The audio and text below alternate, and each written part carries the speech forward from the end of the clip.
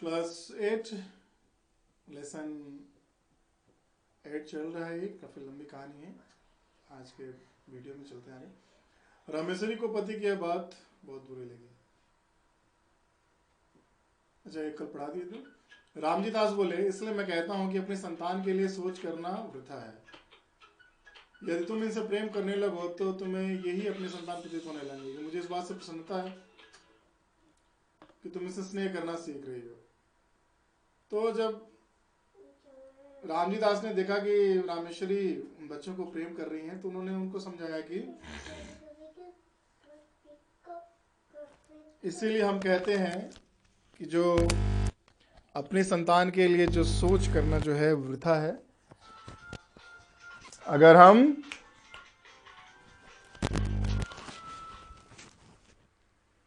अगर तुम अपने भतीजों को अपना बेटा बेटी मान लोगी तो तुम्हें कोई दिक्कत नहीं होगी। यह बात बाबू साहब ने नितांत हृदय से कही थी, परंतु रामेश्वरी को इसमें व्यंग्य की तीक्ष्ण गंध मालूम हुई।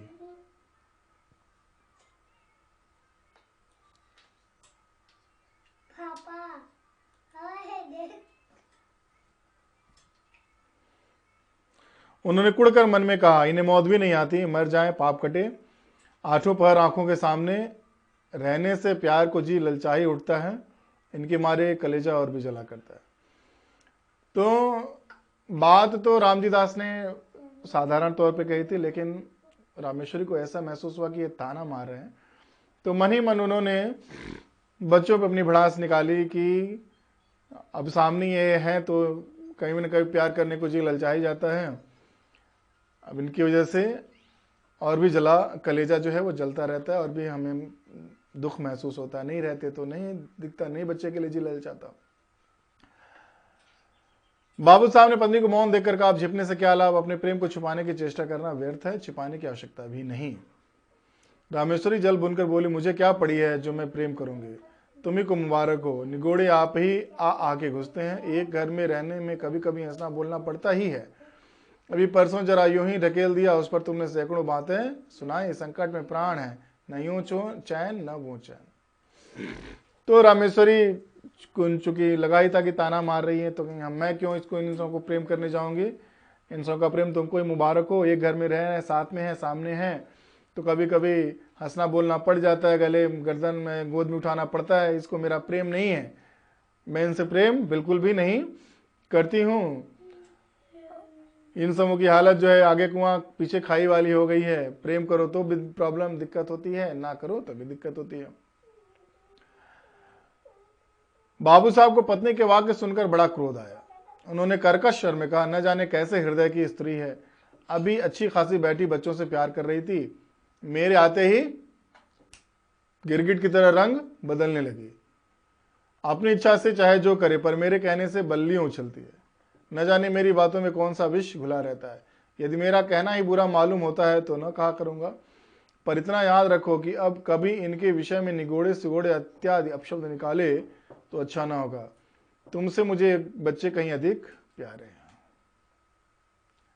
तो ये गुस्से भरी बात सुनकर, क्रोध भरी बात सुनकर रामजी दास को बहुत गुस्सा आया, बहुत क्रोध आया। उन्होंने तेज आवाज में, कर्कश मतलब कड़कड़ाते आवाज में, कर्कश मतलब जो चुभने वाली आवाज में, जो अच्छा ना लगे, वो कहा कि तुम्हारा हिसाब किताब समझ में नहीं आता। अभी बैठ के तुम प्यार कर रही थी और मैं जो कह रहा हूं तो तुम मुझ पर चढ़ बैठ रही हो। तो तुम्हारा ये जो व्यवहार है मेरे समझ में नहीं आता है। अगर तुम्हें मेरा कहना इतना ही बुरा लगता है तो आगे से मैं बिल्कुल भी नहीं कहूंगा कुछ। लेकिन याद रखना कि इन बच्चों के बारे में उल्टा सीधा मत कहना। तुमसे मुझे ये बच्चे कहीं ज्यादा प्यारे हैं। रामेश्वरी ने इसका कोई उत्तर न दिया, अपने क्षोभ तथा क्रोध को भी आंखों से निकालने लगे। तो मतलब रामेश्वरी को गुस्सा तो बहुत आया, लेकिन डर रही थी कि कुछ और कहेंगी तो रामजी दास जो है उन पर और गुस्सा करेंगे। तो वो जलती हुई आंखों से उनको देखने लगे। जैसे ही जैसे बाबू रामजी दास का स्नेह दोनों बच्चों पर बढ़ता जाता था, वैसे ही वैसे रामेश्वरी के द्वेष और घृणा की मात्रा भी बढ़ती जाती थी।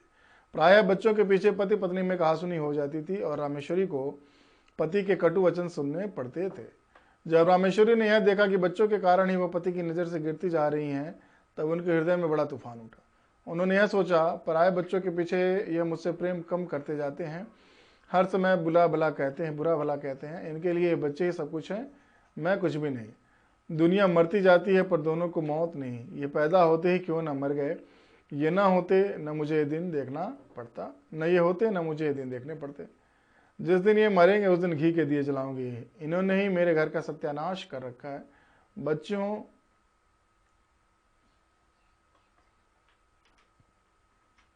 मुश्किल सत्यानाश कर रखा है।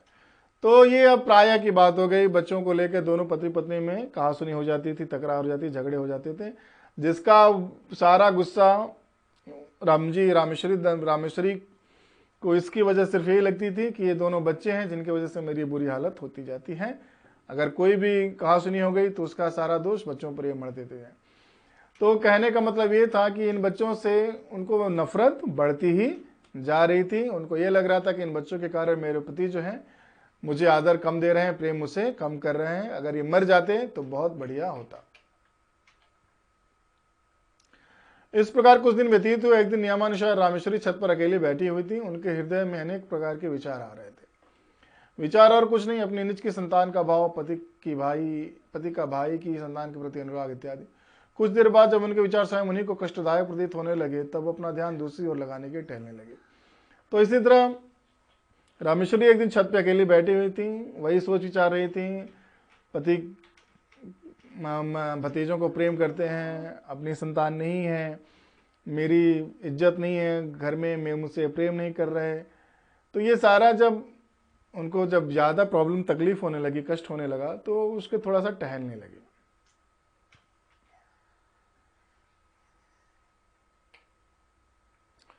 वह टहल ही रही थी कि मनोहर दौड़ता हुआ आया। मनोहर को देखकर उनकी भुरकुटी चढ़ गई और वह छत की चारदीवारी पर हाथ रखकर खड़ी गई। अभी वो टहल ही रही थी कि तब तक मनोहर छत पर दौड़ता हुआ आया।